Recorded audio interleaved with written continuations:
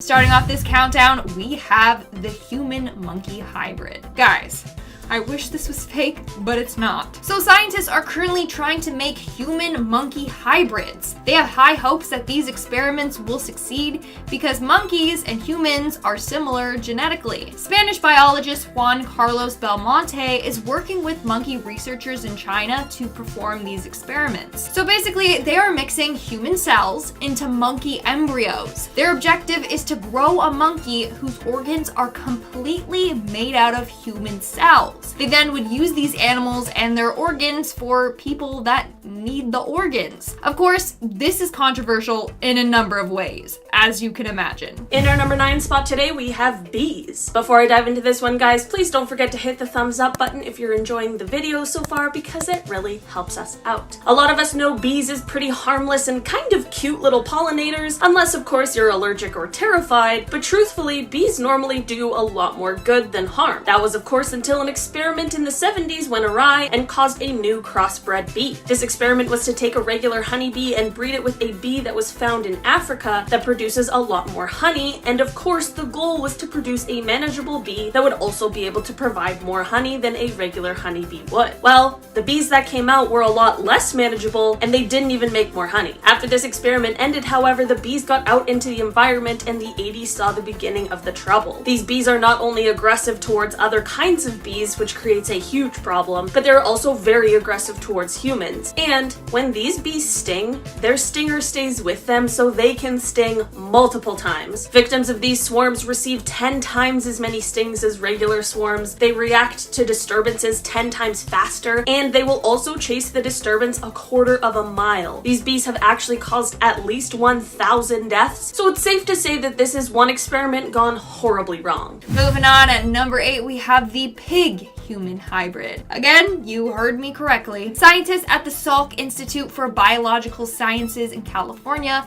have created a human-pig hybrid. So in 2017, an embryo was placed in an adult pig for 4 weeks. Then it was taken out and analyzed, and the embryo survived and contained some human cells. So their hope is to grow human organs inside of pigs instead of waiting for a donor. Similar to the tests that are being done on the monkeys, as I previously mentioned. No animals are safe at this point. In our number 7 spot today, we have the wolfin. I wish I never had to say the word wolfin, but unfortunately they do exist. These guys are created when a female common bottlenose dolphin is bred with a male false killer whale. They're extremely rare and have been found in the wild, but unfortunately most of the ones that have existed were bred in captivity. The first recorded wolfin was born at the Tokyo SeaWorld in 1981, and he very sadly died just 200 days later. Probably a prime example of why they really maybe shouldn't even exist in the first place. The first that was born in the United States that actually miraculously survived was at a sea life park in Hawaii in May of 1985. She ended up having 3 babies. The first passed away after a few days, the second passed away at the age of 9, but thankfully the third one is still living. In March of last year, both her and her daughter are still alive, but they still remain in captivity. Coming in at number 6, we have Ilya Ivanich Ivanov. What a name. But this is the name of the dude that originally tried to create a human-chimp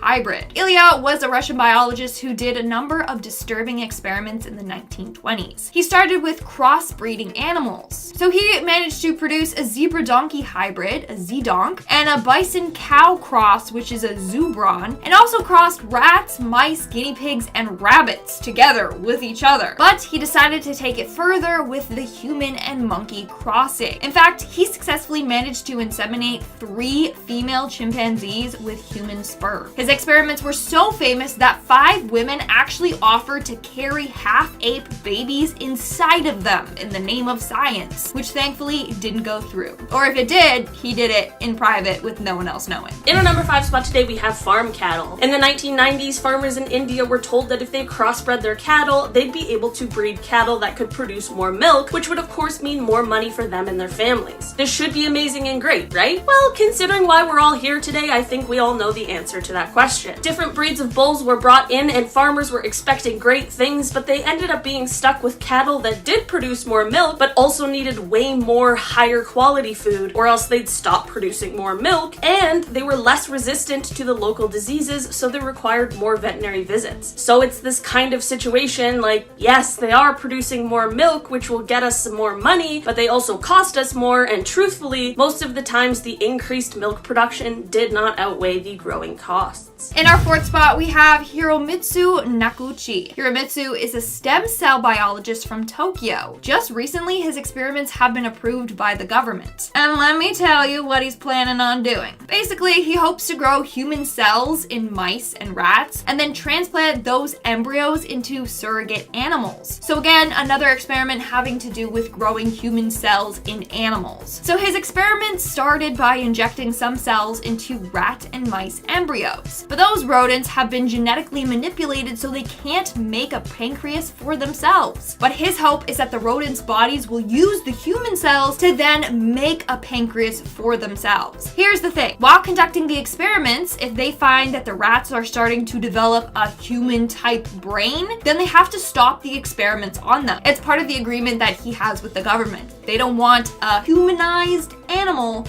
coming into existence. In our number 3 spot today, we have the beefalo. Okay, so beefalo sounds kind of cute and silly, and it also looks pretty normal, so what could be wrong with this one? Well, let's start at the beginning. So, a guy named Charles Buffalo Jones started breeding them in 1906 because the bison population in Arizona at the time was so exceptionally low. So, bison were bred with domestic cattle in order to produce a hardy commercial animal. He ended up just giving up on this and released the animals, who were then managed by the state, and the numbers remained relatively low because of the limited hunting licenses. Well, when the beefalo found their way into a national park where hunting is banned and there aren't any natural predators, the population began to grow by 50% a year. That's wild! So none of this is necessarily bad, but it's the animal's environmental impact that is really the trouble. First off, they're very thirsty animals and can consume 10 gallons each per trip to a watering hole. So they can obviously clear up a water source pretty quickly. Not to mention the fact that they do their business in the water and how their heavy weight compacts the soil. Basically, they have thrown the ecosystem off balance and have pushed out other animals, and the insects and plant life around have also been affected. In our second spot, we have the breeding gone wrong. If you're a dog lover like Olivia and I, then this story is going to make you upset. In 2010, a woman named Julie Leroy was working as an animal control officer when an owner of a pit bull puppy said she didn't want to keep her. When Julie saw the dog, she was in complete disbelief. The dog had a squished body,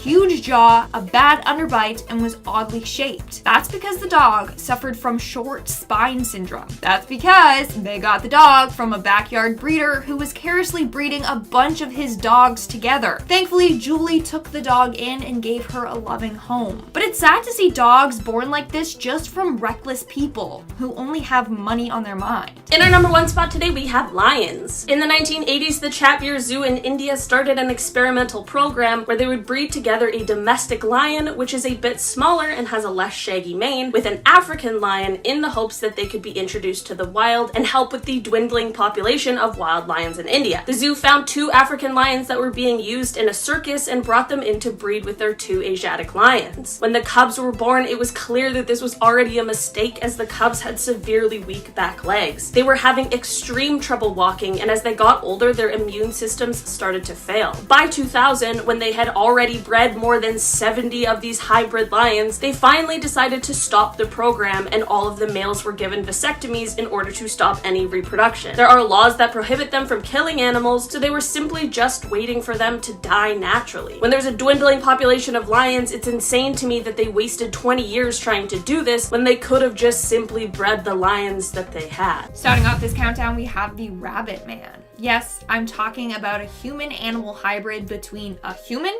and a rabbit. So basically, the first successful experiment was done in 2003 in Shanghai. A team of scientists managed to fuse human cells with rabbit eggs. In the United States, scientists have been trying to do the same thing, but their attempts were always unsuccessful. But in Shanghai, they managed to pull it off. This experiment was done to see if rabbits could be used to grow cells or tissues for transplant patients. But in the end, they only allowed the human rabbit to develop for a couple of days before they had to destroy it and then harvest it for stem cells. Moving on at number 9, we have the goat-human milk mix. Let me just start by saying this experiment is quite interesting, to say the least. But basically, scientists have figured a way for goats to produce human breast milk. So basically, scientists transferred human genes for breast milk enzymes and proteins into goat embryos. In the end, they found that the milk the goats were producing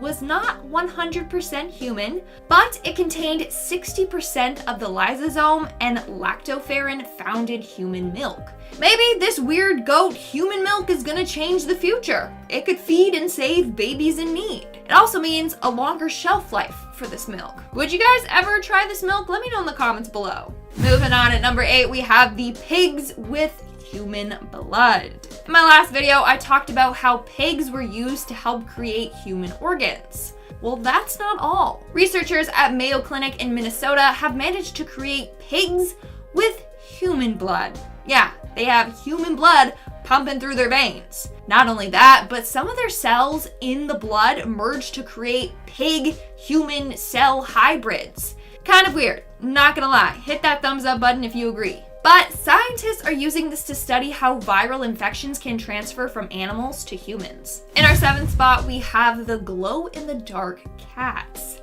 Scientists have been conducting experiments on cats to study molecules that could stop HIV/AIDS. So the virus responsible for HIV in humans is similar to feline immunodeficiency virus, FIV, in cats. So what they did was insert a gene that produces a fluorescent protein called GFP. This is produced naturally in jellyfish, believe it or not. But it's what gives these kitties a green glow. Then they also inserted a gene that blocks the FIV virus into unfertilized eggs of the cat. When the cat gave birth to the kitties, if they glowed green, that meant they also have the anti-FIV gene. They hope that these experiments will one day lead to them finding a way to make humans resistant to HIV.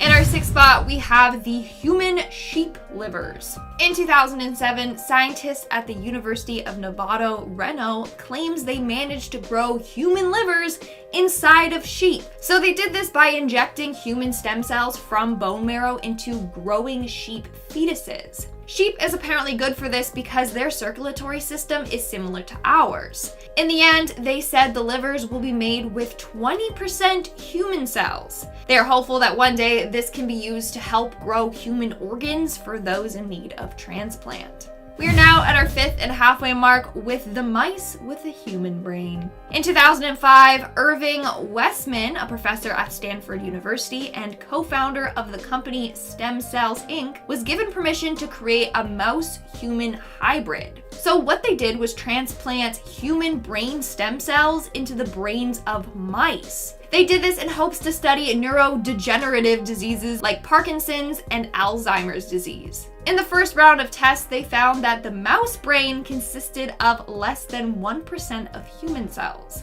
But in 2010, they were much more successful. That's when they managed to, and I quote, use mouse stem cells to develop sensory hair cells, which could combat human hearing loss. They also managed to make the mice more human, in the sense that the mice with the human brain cells were more intelligent than other regular mice. Isn't that crazy? Like their brains were containing certain human cells. Science is crazy. Hit that thumbs up button if you agree. Coming in at number 4, we have Oliver the chimpanzee. Now this next story was quite controversial for a number of reasons. But basically, there was a chimpanzee named Oliver that wasn't like other chimps. No, he had a lot of human characteristics that made people think that he was indeed a human chimpanzee hybrid. For example, he had more human-like traits. He had a flatter face than other chimpanzees, and he walked on 2 feet instead of all 4s. He also preferred human females over female chimpanzees.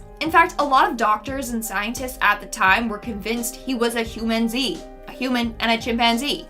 Furthermore, renowned Dr. Gordon Gallup from the University of New York said there was reason to suspect that Oliver was a human-chimpanzee hybrid. Now, they ended up finding out that his chromosomes match that of a chimpanzee, not a human, but they never did a full DNA test. So many people think that Oliver was some messed up experiment. In our third spot, we have cow eggs with human cells. In 2008, British researchers were given the okay to conduct some human-animal experiments. So they decided to manipulate cow eggs. They took the nucleus of the cow egg, which is the source of the most DNA, and replaced it with the nucleus of a human cell. They then watched the egg develop and multiply. Scientists could then extract the stem cells from this and use it for disease treatments. These experiments were conducted with the hopes to one day find a cure for Parkinson's disease. Moving on to number 2, we have the human sheep. Okay, this one has to be the weirdest one on this list. I feel like I said that before already, but just wait and you be the judge. So in 2017, villagers in South Africa were horrified when a sheep gave birth to something that they thought was brought into this world by the devil. The sheep did not look like a sheep or lamb or whatever. Instead, it looked like a half-human with hooves. Many people in the village were convinced that bestiality and witchcraft were behind this creature, whereas others believed that it was sent by the devil. Apparently, it was just a stillborn lamb, but still, there's a lot of rumors of someone injecting the sheep with male sperm. And in our number 1 spot, we have the mouse with the human ear. In the late 90s, 3 doctors started doing experiments on creating human body parts in a lab. One of the things they managed to do was grow a human ear on the back of a mouse. So they did this by creating an ear-shaped scaffolding and putting cells of cartilage from a cow on it. They then put the mouse under anesthetic and placed this ear thing under the skin. Crazily enough, the mouse's body fed the cow cartilage cells. The scaffolding dissolved, and the mouse was growing this artificial shape of a human ear. But it was only the outside of an ear. There was no eardrum. But they did this in order to help plastic surgeons that have a hard time reconstructing human ears for their patients. So they would create this ear on the mouse and then graft it onto a person.